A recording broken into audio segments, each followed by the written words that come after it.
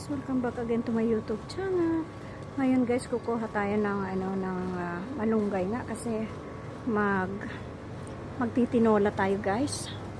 To, tignan nyo, oh, yung maano na sila, tataba guys. Malamig na ngayon kasi dito sa Qatar. Dito tayo sa Qatar guys, kukuha tayo na to. Magtitinola tayo ngayon. Oh, masarap. Nakikita niyo ba yung kamay ko? Ayan. Meron na kasi akong nakuha kanina.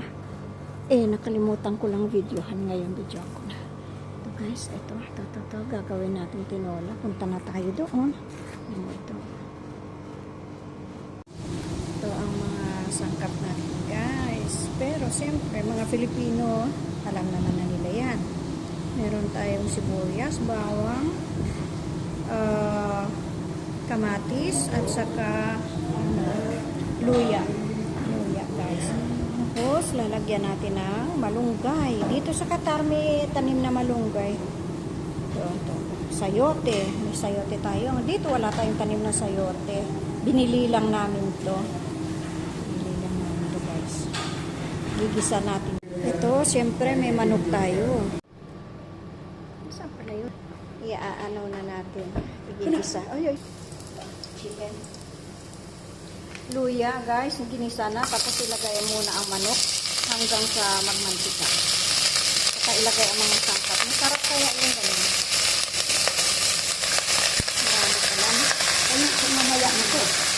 Ito lang nilagay. Oo. Ito mamaya ka to. Oo, kasi ano yan, mahirap na. Pero dapat na igigisa rin siya mamaya. Makikita kaya? Sabay nito.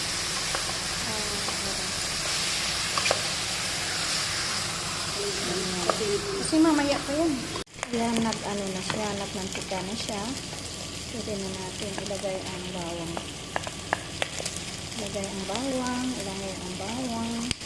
Masarap siguro yan. Una, sobrahan natin yung gano'n. Sibuyas.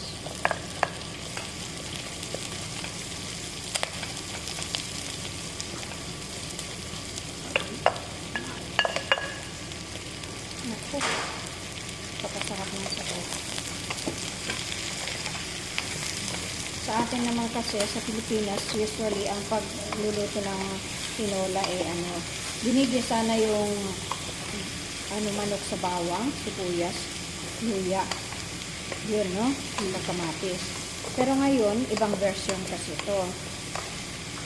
Nauna yung luya at saka chicken. Masarap yung ganun kasi matutuyo muna yung manok.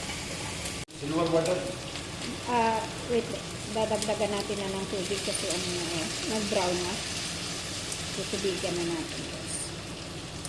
Hintayin natin yung kumulo, saka ilalagay na naman yung mga sayote at saka yung malunggay. Pero last na yung malunggay kasi pagka inahon na natin para hindi sumobra.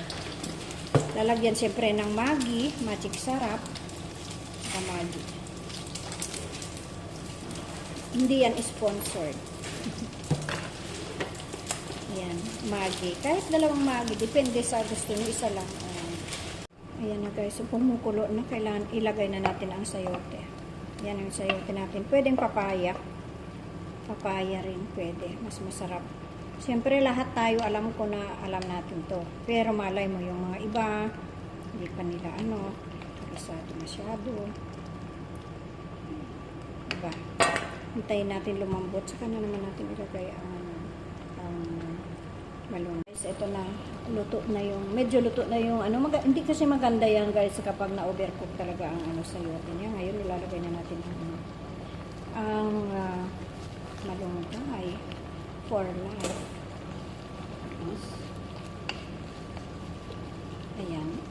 Ayan, ito na guys. Kain na tayo guys.